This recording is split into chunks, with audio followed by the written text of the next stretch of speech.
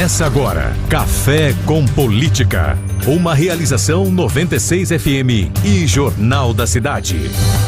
Agora 7 horas mais 31 minutos, 7h31 para você aqui, o Cidade 360, que está de volta na próxima segunda-feira. E a partir de agora, mais uma edição do Café com Política nesta manhã de sexta-feira, hoje dia 27 de maio de 2022. Seja bem-vindo à 10ª edição do Café com Política, sempre conosco aqui, João Jabur, Kleber Santos, eu, Ricardo Bizarra, também aqui com a participação do jornalista e professor Zarsilo Barbosa e também aqui o escritor e também analista de política Rafael Moya Filho, para a gente debater a política nacional nesta manhã de sexta-feira, 7 horas mais 32 minutos, João Jabur.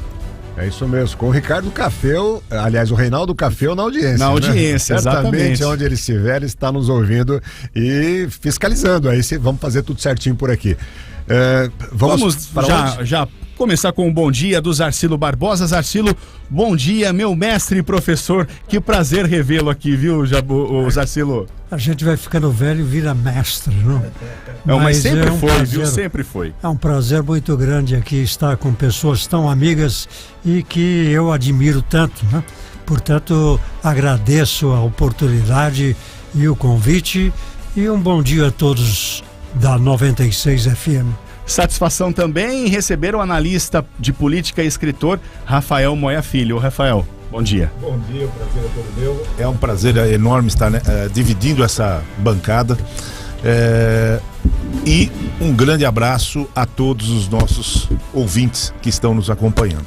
Kleber Santos, bom dia. Bom dia a todos e saudando também o mestre Zarsilo Barbosa, que foi minha banca, final de curso, meu professor. Aliás, tirou 10 com louvor. É verdade, está guardado lá em casa, viu? Obrigado.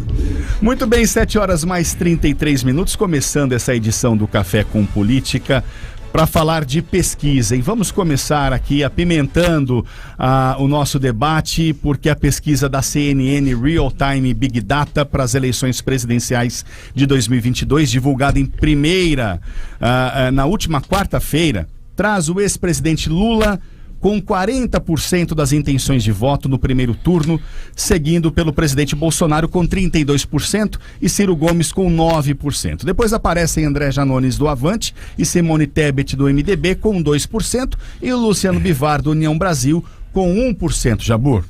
Essa é a pesquisa estimulada, em que os nomes são apresentados aos eleitores. Este cenário já está sem o governador ou o ex-governador de São Paulo, João Dória, que desistiu de disputar a presidência da República na última segunda-feira. Os que dizem votar em branco ou nulo na pesquisa CNN Real Time somam 9%. Os indecisos e os que não responderam correspondem a 5%. E na pesquisa espontânea, em que os eleitores são perguntados em quem votarão para presidente, sem a apresentação de uma lista de pré-candidatos, Bolsonaro aparece à frente na Real Time com 28% e Lula com 26%. Esse resultado contrasta com o de outras pesquisas, como a realizada pelo IPESP na semana passada, quando Lula tinha 39% e Bolsonaro 29%. A Genial Quest, de 11 de maio, Lula tinha 28%, Bolsonaro 22%. E a CNT-MDA também em maio, Lula 33,5% e Bolsonaro 27,3%. E na espontânea, 12% apontaram voto branco ou nulo e 29% não souberam ou não responderam, Bizarra. Só que aí saiu a pesquisa da Datafolha. Isso.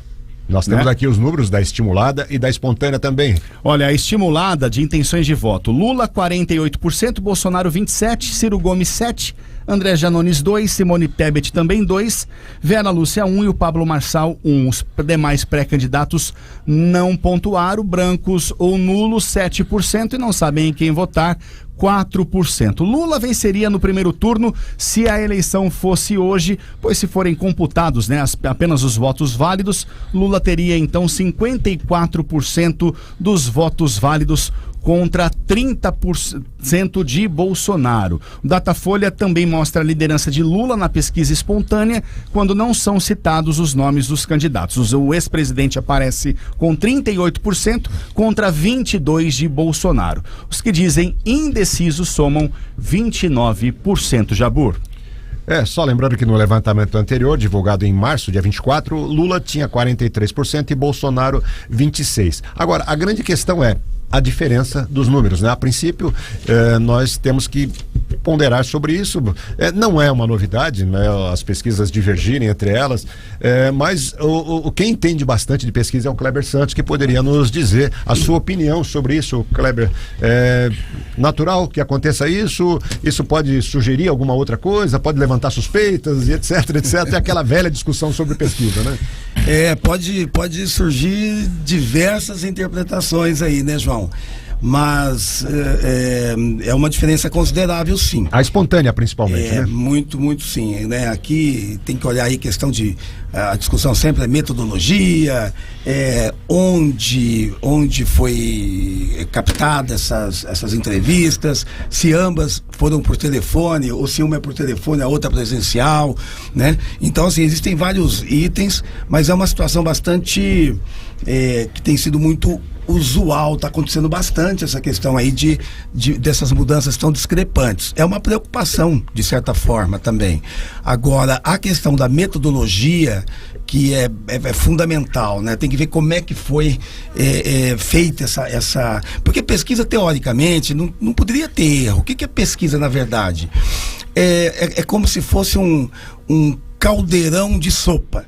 Eu sempre imagino assim: você não precisa tomar tudo aquilo para entender o sabor da sopa, para saber o que tem na sopa. Você tira uma colher, duas já é o suficiente para dizer, aqui tem pimenta, aqui não tem, aqui tem aquilo. É a mesma coisa. Então, pesquisa, você tirou um pequeno número, uma pequena quantidade, e a partir dali já é suficiente para fazer a interpretação. Mas o que eu acho também muito importante dizer, né, que pesquisa sempre reflete de hoje para ontem, do dia. Pesquisa não é perspectiva do que vai acontecer, nenhuma perspectiva. Na verdade, ela traz o que foi feito até nesse momento, o que resultou isso, qual é a avaliação, qual é a nota, o que a população dá para o que foi feito até aquele determinado momento. Dali para trás, não é nada para frente ainda. Rafael Moya, a sua opinião? Olha, Jabur, você citou alguns resultados de pesquisas e isso mostra o quão conflitantes estão. A pesquisa é uma foto, é um retrato daquele momento. E os retratos estão muito diferentes. Dá a impressão que um está tirando com Polaroid, o outro está tirando com celular, o outro está tirando com uma câmera com grande teleobjetiva, o outro está tirando apenas no olhar, porque as diferenças são muito grandes. E aí chama, como você bem disse, a atenção, né? Essa pesquisa Folha, ela foi feita em 185 cidades, né? Num universo aí de 2.800 pessoas. Essa da CNN eu não sei. Por princípio, eu descarto pesquisa por telefone. Pesquisa por telefone, para mim, não tem valor algum, zero.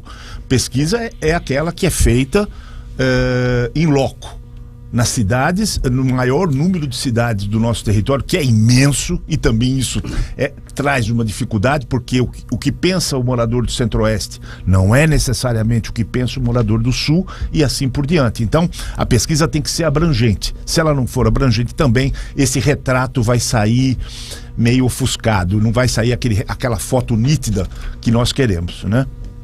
E antes de vir para cá, hoje de manhã, final da madrugada, já deu para perceber uma verdadeira guerra sendo travada nas redes sociais entre bolsonaristas, lulistas, os bolsonaristas atacando a Datafolha, os lulistas defendendo e lembrando fatos passados, enfim, é parte do jogo, né? Numa eleição em que as propostas ainda não apareceram, os projetos, os planos de governo não são relevados pelos candidatos, vai se discutir na base da retórica. Zarcilo Barbosa, os seus comentários. O Instituto Datafolha, ele tem um cabedal aí de conhecimentos, principalmente de assuntos ligados a eleições públicas, e, portanto, não entraria aí numa fria fazendo uma pesquisa aí fajuta, não é? Para complicar o candidato Bolsonaro.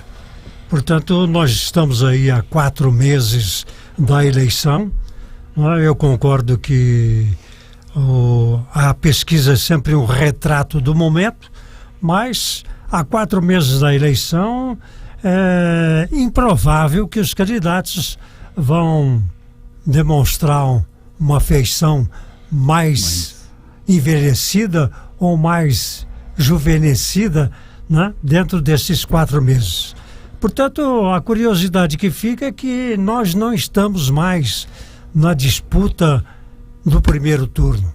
Nós estamos na disputa já do segundo turno. Não é? Porque Ciro Gomes, que seria a alternativa, não passa dos 7%. Não é? Ele empacou nesses 7% e não sai disso. A terceira via com Dória também não deu certo, não é? E nós estamos aí com essa eleição bipolarizada. É Bolsonaro de um lado e Lula de outro. Não existe outro candidato. A gente percebe a terceira via com a Simone Tebet não deslanchando também. A figura do João Dória pouco aí balanceou para que alguma diferença nos números ocasionasse. Enfim, terceira via fraquíssima. O João Dória também não teve essa referência. Moia, os números percebem realmente para essa polarização final mesmo. Sem dúvida. A eleição de 2018... 2014, 2010, 2006, 2002, nunca teve terceira via. Nunca se falou nisso. Bem lembrado. De repente, nesta eleição, você tem aquele contingente de X% que vota no Bolsonaro, você tem aquele contingente de X% que vota no Lula, mas você tem um grande contingente de eleitores de 2018 que, em parte, se arrependeram do voto. E aí eles querem buscar uma alternativa onde não há essa alternativa na política nacional. Né? Os partidos não estão formando quadros como antigamente. A eleição de 1989 tinha 21 candidatos. Isso já diz tudo. Onde você tinha alternativas à direita, à esquerda, no centro, para onde você olhava, você tinha candidatos que você dizia, esse aqui é um bom candidato, eu vou votar nele. E hoje nós temos aí, a Simone Tebet surgiu agora e eu duvido que ela passe dos 3%, assim como na eleição passada, Geraldo Alckmin ficou nos 4%. Então essa história de terceira via é uma história montada aí por uma parte, um segmento da imprensa que deseja ou tem esse desejo muito grande de ver algo diferente do que está aqui. Mas eu concordo com o professor Jarcílio. Eu não vejo que possa haver uma mudança nisso aqui. Então nós já estamos no segundo turno. No segundo turno. Agora um dado muito importante pois não. Né, é o da rejeição. Sim. O Bolsonaro, segundo o Instituto Datafolha, está com 54% de rejeição contra 33% do Lula. É uma rejeição muito alta para ambos. Portanto, haverá uma disputa aí entre os rejeitados, não é? O que não é bom para o país. Não. Nós temos uma rejeição de 54% para Bolsonaro contra 33% de Lula. Além do que, 48% reprovam o governo Bolsonaro. Nós estamos aqui diante de uma situação macroeconômica muito ruim para o país, e isso aí está se refletindo diretamente no comportamento dos eleitores. Klemer. Bom, bem colocado, Zarcílio, a questão da rejeição, porque o que a gente deve fazer nesse momento também é uma leitura do que significa, do que pode ocorrer com esses resultados. Nesse momento a gente já vê o movimento que vai acontecer nesse momento, ao meu ver, é um movimento de reação. Um movimento de reação, que é o eleitor antecipar já as decisões, justamente pelo que você falou, que está tendo uma disputa dos rejeitados, do menos rejeitado, não é o que eu mais quero, mas é o que eu não quero, é o contrário. Então, diante disso, os eleitores indecisos, que não querem o Lula, por exemplo, já vão se definir. Esse é muito importante. E a mesma coisa a questão com do Bolsonaro. voto útil, né? Exatamente. Então, com o Bolsonaro vai ser a mesma coisa. O que a gente tem que ficar de olho nesse momento é na próxima pesquisa, porque aí já vai criando uma tendência. Vamos ver se isso vai continuar, essa tendência. Mas o grande resultado, ao meu ver, dessa pesquisa nesse momento é o movimento de reação que ela vai provocar nos próximos dias. Eu vou fazer o papel aqui do advogado do diabo, né? Provocando uma seguinte questão. Eu vou relembrar que nas eleições de 2000, aqui no município de Bauru, nós tivemos 3 candidatos fortes disputando, na época, Pedro Tobias, Tugan Gerami e o Nilson Costa, que nem era tão forte assim, nem era tão cotado. O Pedro Tobias e o Tugan Gerami eram os favoritos, era a polarização daquele momento, há 22 anos atrás. Mas a campanha se conduziu de tal forma que eles se desgastaram tanto entre eles, né? Eu imagino que não seja só esse fenômeno que contribuiu para a vitória do Nilson.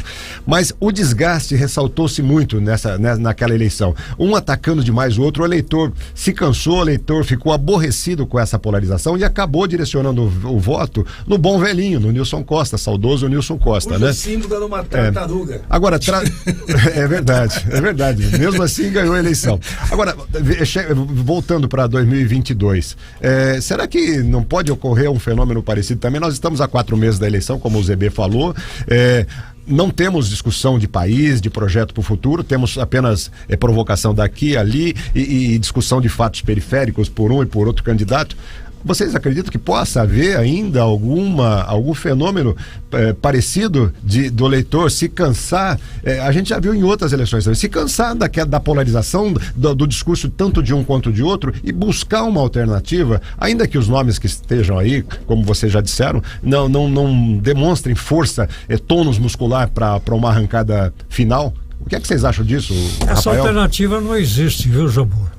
Nós tivemos aí a tentativa do lançamento do Moro, que seria o grande nome, não é? Porque foi o grande artífice da luta anticorrupção no judiciário, não deu certo.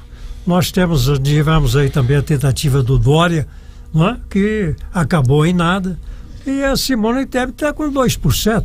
O Ciro Gomes não sai dos 7%. Então não existe essa alternativa que houve aí na eleição municipal que você citou, quando aí a população decidiu eleger o bom velhinho, já que os dois se digladiavam de uma maneira bastante selvagem, não é? Agora não existe essa possibilidade. Historicamente, nulos e brancos, existe uma migração dessa porcentagem aí para essa polarização ou mesmo para essa terceira via? Indecisos também. Indecisos também? Difícil. Indeciso sim, mas o voto branco e nulo geralmente não. O fato, Jabur, é que naquela ocasião, e também em São Paulo, na eleição Maluf, Colassuono e quem ganhou foi a Erundina, aconteceu a mesma coisa, ela era a terceira colocada. Só que não havia segundo turno. Então, isso é um fato. Então o que acontece? Numa disparada agora, para a pessoa ter que chegar no segundo turno, desbancar um desses dois para poder, então, ter uma chance de ganhar. Eu creio que hoje, nesse cenário, é impossível. Um fato que pode ser relevante é a questão seguinte. O Kleber tocou no assunto do voto útil, né? Para quem vão esses votos dos 7, 8, 9% do Ciro Gomes? Isso é importante, porque esses votos, 7, 8, 9%, nessa conjuntura, e levando em conta essas pesquisas, veja bem, até a eleição isso pode mudar e nós temos um retrato diferente, mas esses 7% podem realmente alterar um pouco essa eleição e favorecer ou o candidato Lula ou não. Então, a pesquisa da Folha já fez essa leitura. Já fez essa leitura. Já fez essa leitura de 4 votos, de cada 10 votos atribuídos a Ciro Gomes, no segundo turno, somente 4 iriam para o Lula. Perfeito. Mas é um percentual aí que não dá para mudar. Perfeito. A estratégia do jogo. Agora, Kleber, uma questão. A gente percebe aí o Ciro Gomes, por exemplo, e a Simone Tebet. A Simone já fala já namora Ciro Gomes e chama Ciro Gomes para fazer uma aliança. Você acredita num fortalecimento dessa terceira via, Ciro Gomes, Simone Tebet, para tentar uma carta fora aí do baralho, uma reação? Bom, eu acho que do ponto de vista do marketing político e da comunicação eleitoral, eu acredito que a única coisa aí que pode fazer alguma modificação, alguma mudança, algum impacto, é valorizar o protagonismo das mulheres. Eu creio que aí existe o fato diferenciado, que seria, né, nessa semana... Mulher vota em mulher. Isso, não, a Simone acabou de falar isso, então... Mas ela esqueceu que em 2016 ela votou contra a mulher e ela esteve a favor do golpe perpetrado por Eduardo Cunha, Aécio Neves e companhia. Então ela esteve ao lado de quem não presta. Agora ela veio com essa conversa de mulher vota em mulher. Ela precisa ter um pouco mais de memória. Em 2022 isso também, né? Mas não, assim, eu me atendo mais aqui à questão da técnica do marketing, sim. Né? Então, o que eu vejo aí? Esse protagonismo das mulheres, então, está se falando até em ter uma vice também mulher, então aí você teria uma diferença bastante grande. Essa semana, por exemplo, é uma diferença em termos de posicionamento, de candidatura, né? E uma das características de uma campanha política é você se diferenciar, né? Então tem que ficar muito clara a diferença do A, do B, do C, para que, né? Por que eu sou melhor? Por que você deve votar em mim e não votar no outro? Então você tem que me dar motivos para que isso aconteça. E na questão, esta semana, por exemplo, os MDBistas ficaram muito animados porque aumentou bastante a procura pelo nome Simone Tebet no Google. O Google Trends, então muita gente não conhece, assim como está acontecendo aqui em São Paulo, onde o Rodrigo Garcia passa, logo na sequência já se detectou que muita gente entra no Google para saber quem é. Então isso está ocorrendo. Essa questão do protagonismo das mulheres, nós estamos vendo já uma movimentação muito grande. O que o Bolsonaro fez? A Michele Bolsonaro se filiou no PL. Porque ao se filiar no PL, ela terá a condição legal de aparecer em programa de TV, ela é filiada do partido, ela pode entrar na campanha, né? Da mesma forma, a Janja do Lula também está já bastante participativa. Então as mulheres, né, no caso da Michele Bolsonaro, no Dia das Mães ela já teve uma participação grande, né? Como o Bolsonaro, principalmente ele, que tem uma dificuldade nesse eleitorado feminino, principalmente pelas pautas, né? Pautas como, por exemplo, da arma, tal, que não pega junto às mulheres, e as mulheres, elas terão um peso extremamente grande nessa eleição, até porque são 52% do eleitorado formado pelo público feminino. Então temos aí muita coisa a acontecer. Creio eu que a única forma, acho que não é Ciro Gomes, a única forma é trazer uma mensagem mais diferenciada, e as mulheres estão tentando, a Simone Tebet, trazer. Agora, até que ponto que tem fôlego para mudar alguma coisa, aí tá distante ainda, muito distante. Você acredita nesse marketing feminista aí, Zarcilo, digamos assim? Não acredito. O principal marketing, o mais espetacular marketing já aplicado numa eleição no Brasil foi dada pelo Bolsonaro, que foi aquele pacote de bondades. Ele gastou 200 bilhões de reais até o momento de dinheiro público, não é, para agradar o eleitorado mais carente. O que ele fez? Bolsa Brasil, não é? Saque do fundo de garantia, perdão praticamente dos devedores de bolsa de estudos do FIES, não é? A antecipação de 13º salário. Ele gastou 200 bilhões de reais até o momento sobre isso aí. Agora, a pesquisa da Folha demonstra que entre os que recebem o Bolsa Brasil, a grande participação na pesquisa pertence ao Lula. 59%. 59% daqueles que recebem o Bolsa Brasil, são R$400 por mês. Por mês. vão votar no Lula e não no Bolsonaro. Então a estratégia dele de pacote de bondades também não deu certo. Agora essa estratégia aí de mulher vota em mulher não vai adiantar nada, porque as mulheres somente não elegem ninguém. Diante dessa constatação, Zarcilo, Rafael, pelo que você falou também, o próprio Kleber, nós estamos diante de uma eleição plebiscitária, avaliando o governo atual e avaliando o governo passado. Passado, que eu digo, do Lula, né? Porque tem o da Dilma no intervalo, mas era PT também. Aliás, é a primeira vez em décadas que nós temos uma disputa polarizada entre um ex-presidente e um presidente no cargo, né? Me parece que isso ocorreu só lá nos anos 50, Sim. 60, antes disso até. Vocês avaliam que com isso nós não vamos discutir mesmo uma visão de um país diferente? Vamos continuar discutindo o país do Lula e o país do Bolsonaro? Eu acho, Jabur, que nós vamos discutir o seguinte: o Bolsonaro governou por mais de 3 anos, quase 4 anos. Vai terminar o mandato 4 anos. A questão é simples. Qual é o legado dele? O que o Bolsonaro fez? O que ele fez pela segurança, pela habitação popular? O que ele fez pela economia? Pela economia brasileira. Principalmente. Nós não tínhamos inflação, a inflação voltou. Essas coisas, o peso enorme no bolso do brasileiro, desempregado, 14%, 13% de desemprego, no supermercado, no posto de gasolina, essas agruras é que vão decidir a eleição. O brasileiro vai votar desse jeito. Óbvio que aí entra o seu questionamento. Claro que se você está julgando essa gestão, qual é a alternativa? Hoje, para o eleitor, a alternativa é o Lula? Parece que sim. Então, óbvio que o eleitor pode puxar na memória como foram os 8 anos de Lula. E se foram melhores, piores ou iguais ao que ele está vendo agora. Então, e esse exercício, óbvio que não são todos que vão fazer, mas ele pode ser feito, né? Agora, lembrando sempre, nós discutimos aqui a questão das pesquisas, mas a eleição mesmo não começou. A eleição só começa a partir da oficialização em junho, julho, e aí sim nós vamos ter uma retomada.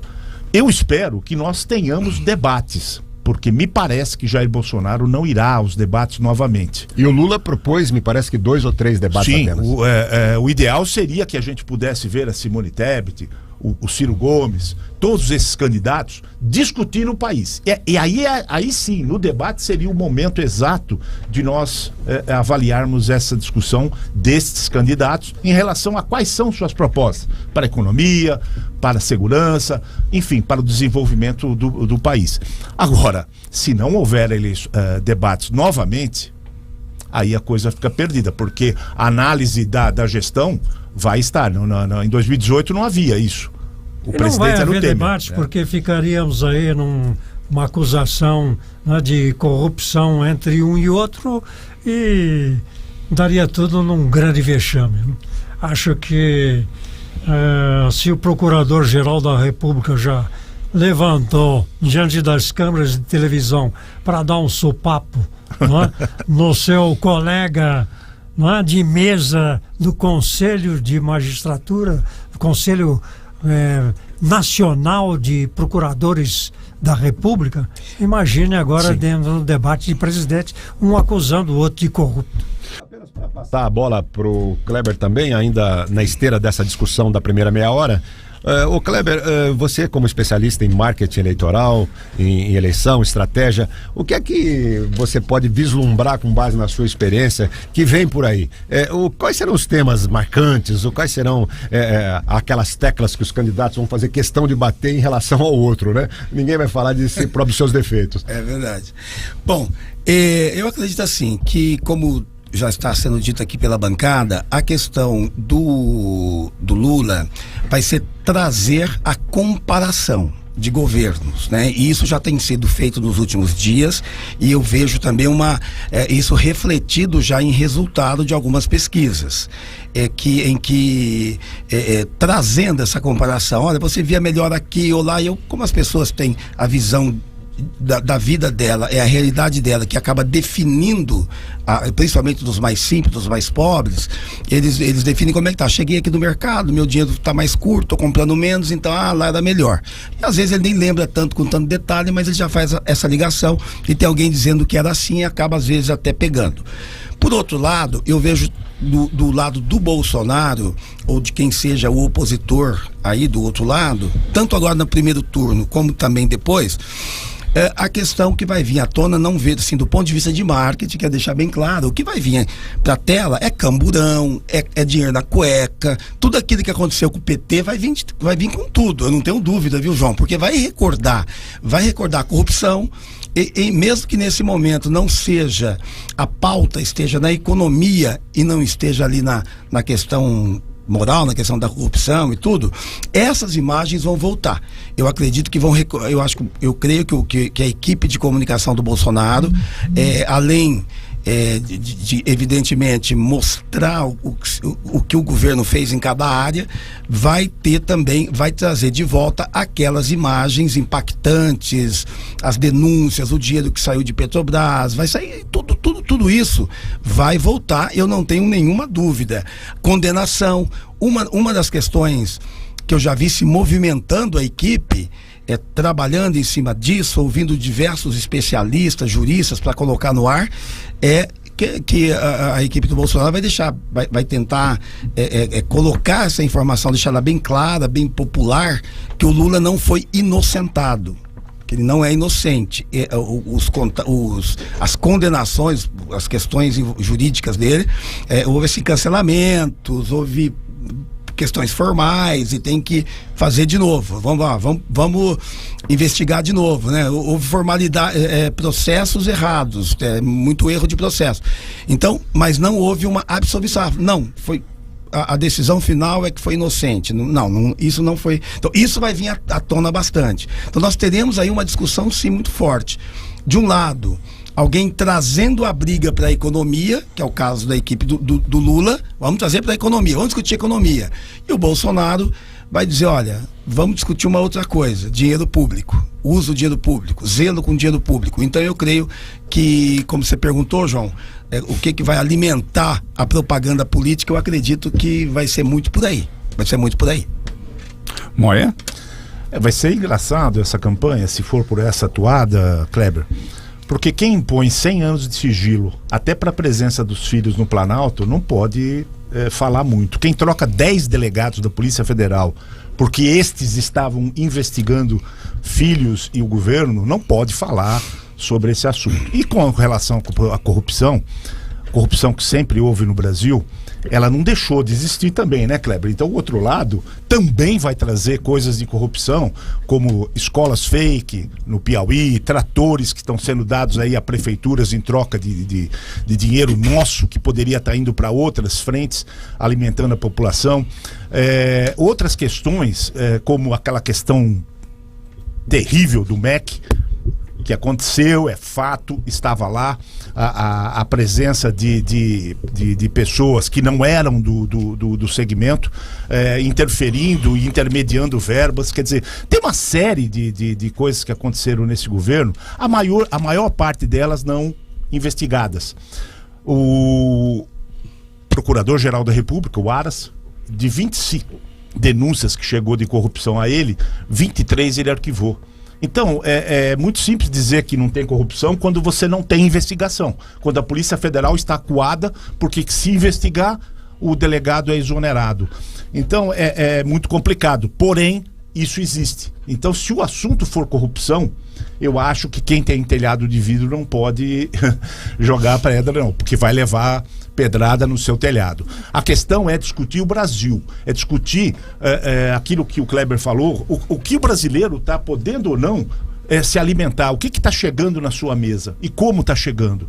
A questão crônica do desemprego, a questão crônica da inflação que voltou e está atormentando a vida da população brasileira. Então eu acho que essas questões é que vão vir à mesa. E aí o governo Bolsonaro deveria, obviamente, falar do que ele fez nesses 3 anos. e não ficar se atendo a um governo que foi há 11 anos atrás, mas sim o que foi feito no seu governo nesses últimos 3 anos. Apresentar para nós tudo que ele fez em prol da economia, em prol do desenvolvimento, em prol da indústria, em prol do comércio, em prol da população. É isso que nós queremos ver durante esse período eleitoral. Quer dizer, o que foi feito? Mostra para nós.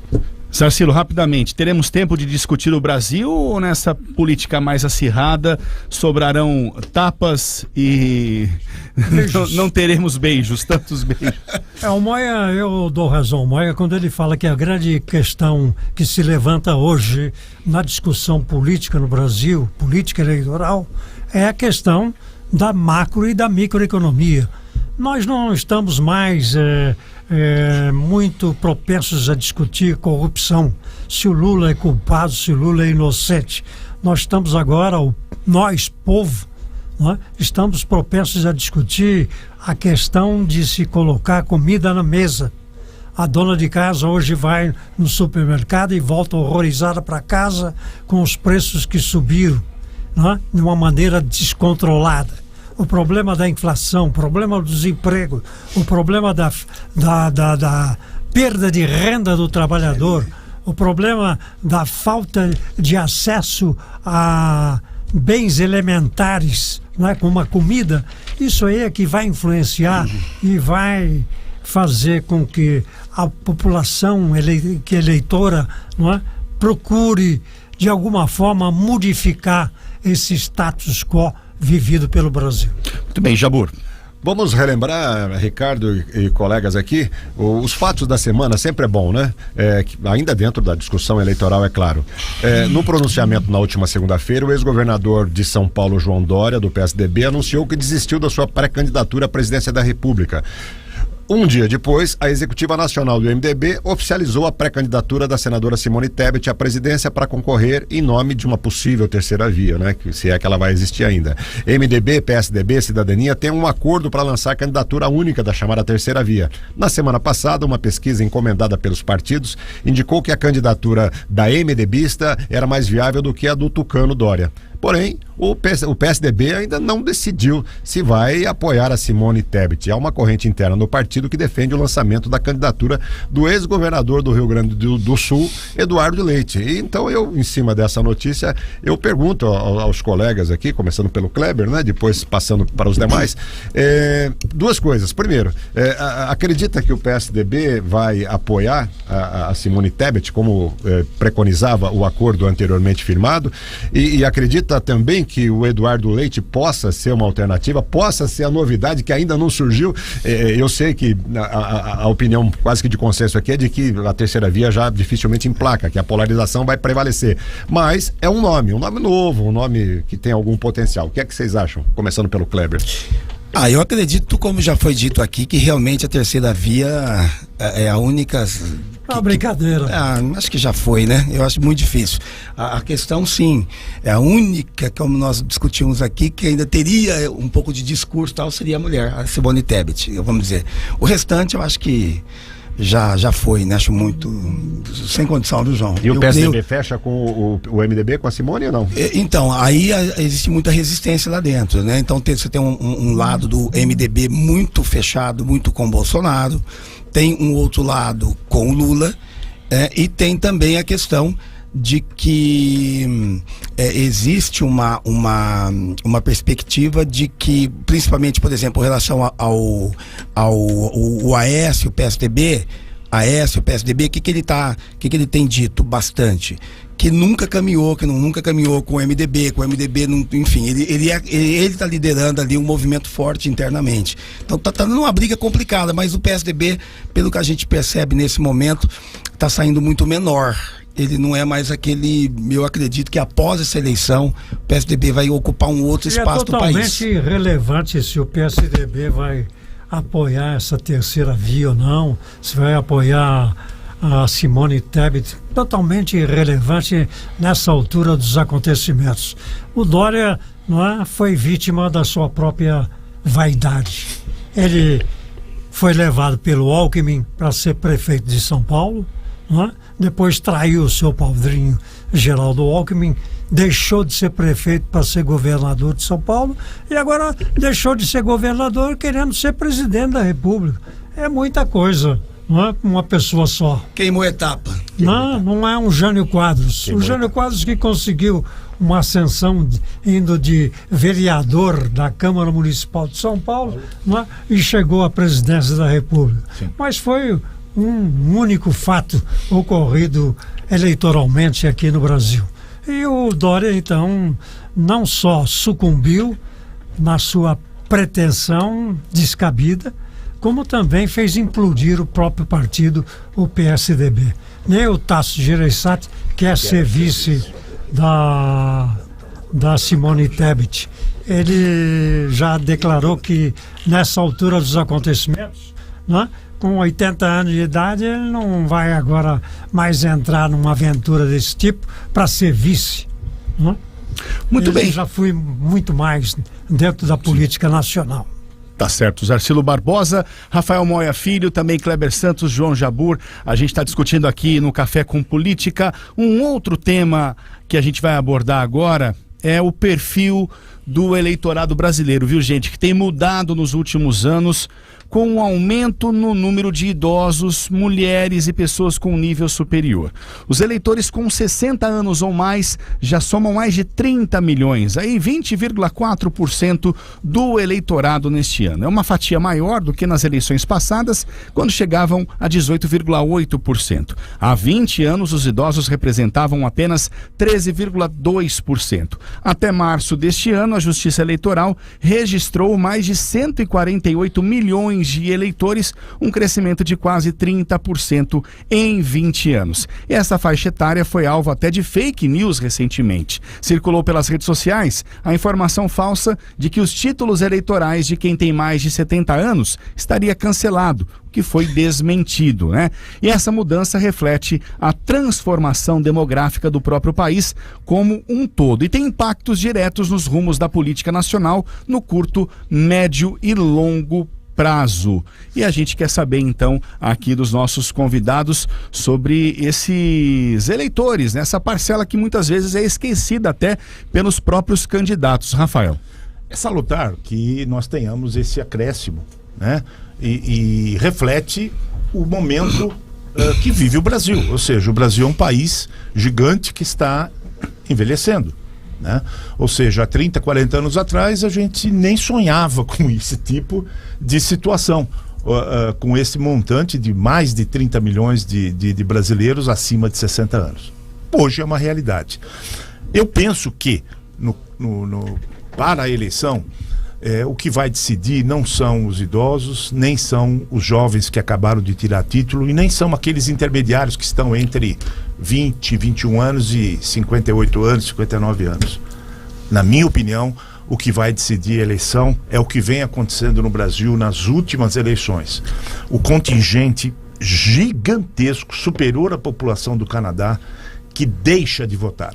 Ou seja, abstenção, nulos e brancos, que já chegaram aí a 30, 40%, de 30% a 40% nas últimas eleições, inclusive na eleição para prefeito em 2020. Então, essa é a realidade. Se esse montante vai ou não deixar de exercer o seu direito sagrado ao voto. 30% a 40%. Muita gente. A salvação é que o voto ainda é obrigatório no Brasil. Não, imagine se não fosse. O funcionário público não. Exato. Se não votar, ele não recebe. Ele não recebe. Imagine se não fosse, né? Então, esse contingente, na minha opinião, é o grande diferencial com relação aos resultados finais da eleição em outubro. Ou seja, um contingente muito grande. Nós tivemos isso em Bauru, onde nós tínhamos 13 candidatos a prefeito, nós tínhamos mais de 300 candidatos a vereadores e mesmo assim a abstenção aqui foi gigantesca, né? Então, eu acho que a presença dos idosos e também dos jovens acima de 16 anos pode fazer a diferença desde que esse número não se repita novamente. Kleber, é um público também bem influenciável. A gente vê também muitas ações, por exemplo, de redes sociais, WhatsApp, fake news. É um público mais influenciado a fake news. O idoso, né, boa parte deles tem confia nas pessoas. A gente percebe muito isso, a pessoa vai ficando vai ficando mais velha, vai dando sempre uma... Então, até por essa maneira tão aberta que tem, acabam caindo em muito fake news, né? Acaba achando que aquilo é verdade, enfim. Mas o que nós temos que observar realmente, a questão do peso, do impacto do idoso nas eleições, é que essa é a eleição com a maior participação de idosos na história do Brasil. É realmente diferenciada essa eleição. No estado de São Paulo, por exemplo, 1 em cada 5 eleitores, 1 em cada 5 tem mais de 60 anos. Então é um peso bastante grande, né? Então nós temos aí uma participação e uma influência muito grande. Existe a pauta do idoso, tá ganhando espaço você vai ver na propaganda política, com certeza, né? Tá ganhando muito espaço. Eu tenho acompanhado no Congresso, a Câmara dos Deputados está debatendo, mas muito tema ligado a idosos, muito tema. Então tem muito idoso hoje arrimo, apesar de ter passado a vida trabalhando, hoje ainda está ali em função da situação econômica, tudo sustentando a família inteira, né? Eu creio que o idoso ele terá uma, não estou dizendo nem em termos quantitativos talvez, mas ele terá uma influência bacana, importante nessa eleição, nesse aspecto. E ele tem boa parte deles tem um tempinho a mais para conversar, para então ganhando idoso você ganha mais um, mas o candidato vai procurar tê-lo ao lado. E quando se fala em idoso, Kleber, para efeito estatístico, aqui está se falando de pessoas acima de 60 anos, né? Eu não considero o idoso. Não é mais. Mas de qualquer forma, é um contingente grande de pessoas, né? Eu concordo com você. Eu já não considero acima de 80. Pois é. É a partir da visão de quem está falando, né, Tarcísio? Agora, para ilustrar um pouco mais essa discussão do idoso e os seus 30 milhões de votos, né? A BBC News Brasil ouviu especialistas sobre o tema e, segundo esses especialistas, o envelhecimento do eleitorado brasileiro deve dificultar, por um lado, a aprovação de pautas progressistas e mais identificadas com a esquerda, como a legalização do aborto, das drogas e etc. Por outro lado, pesquisas recentes mostram também que os eleitores mais velhos no Brasil tendem a ser mais favoráveis à democracia, até porque tem juízo, né? Tem mais juízo em tese. Então, é uma situação interessante. Aliás, mais uma provocação aqui da minha parte. Esse eleitorado de 30 milhões, claro que não todos devem votar, mas eles tendem mais a Lula ou tendem mais a Bolsonaro, ZB? Bom, aí não se sabe, porque na verdade no Brasil não existe essa coesão nem ética, nem étnica, nem etária, nem de raça. Não existe esse tipo de coesão no Brasil. Veja você que negros ou pardos são maioria na população brasileira, segundo as estatísticas do IBGE, e a representação maior, né? Absurdamente maior, continua sendo de brancos aqui no Brasil. A mesma coisa nós temos com as mulheres. As mulheres são maioria, existem mais mulheres do que homens no Brasil, graças a Deus, não é? Mas a representação feminina nos parlamentos não passa de 20%. Portanto, essa questão de ter muito mais idosos do que nós tínhamos há 20 anos atrás, ou temos mais mulheres, mais negros ou mais pardos, no Brasil, infelizmente ou felizmente, isso não funciona como uma coesão, não é? De ordem a influir diretamente nas eleições. Rafael? Eu concordo com o mestre Zarcílio, creio eu que também não vai haver essa influência. É óbvio que no decorrer da campanha, né, questões ligadas a esse público tendem a ser mais discutidas. A questão do aumento obsceno dos planos de saúde, a questão do SUS, a questão do preço dos medicamentos. Essas coisas acabam no dia a dia atingindo mais as pessoas do que uma questão centralizada, olha, todos nós que somos brancos vão votar em branco, todos que são negros vão votar em negro. Não, isso não, e com relação ao idoso é a mesma coisa, né? Lembrando, nós já tivemos vários candidatos na vida pública brasileira que eram ligadas a um clube de futebol. Em tese, todo candidato que fosse ligado ao Flamengo seria eleito, porque teria uma população a seu favor. E nem sempre isso, e quase não, quase nunca isso acontece, é raro. porque não existe essa coesão, né? Separada por etnia, religião, etc. Né? Na verdade, as propostas de campanha e o que o eleitor está sentindo no bolso, na sua vida, no cotidiano, é que vão decidir a eleição, ou o voto, pelo menos. Concordo plenamente. Muito bem, 8 horas mais 26 minutos, 8h26. Infelizmente não temos mais tempo. A gente precisa encerrar aqui o Café com Política, mas, Rafael, muito obrigado mais uma vez pela sua participação. Bom dia, viu? Bom dia, sempre um prazer, uma honra fazer parte dessa bancada. Agradeço mais uma vez o convite e estou sempre à disposição da 96 FM, quando assim vocês o julgarem necessário. Zarcilo Barbosa, obrigado, viu? Bem que o Jabur tinha razão, ele disse que o tempo iria passar tão rapidamente. Né? E parece que o tempo voou. Kleber Santos, foi um prazer muito obrigado, grande, viu, Zarcilo? Estar com vocês, né? Pessoas que eu tenho uma grande admiração, e também com os ouvintes da 96 FM. Kleber? Muito obrigado também aí mais uma vez, o Zarcilo, prazer te ver, viu? Meu prazer foi professor. Moia também, grande alegria te ver de novo. Um abraço a todos, um abraço aí a quem está em casa, que mais uma vez nos honra com a audiência hoje. João Jabur. Muito obrigado, Bizarra, obrigado ZB, obrigado Rafael, Kleber. Se lá no Teatro Político eles não debatem, aqui nós debatemos bastante, viu? Vamos seguir assim toda sexta-feira. Um grande abraço a todos. 8 horas mais 27 minutos. Foi para você mais uma edição do Café com Política, de volta na próxima sexta-feira. Café com Política, uma realização 96 FM e Jornal da Cidade.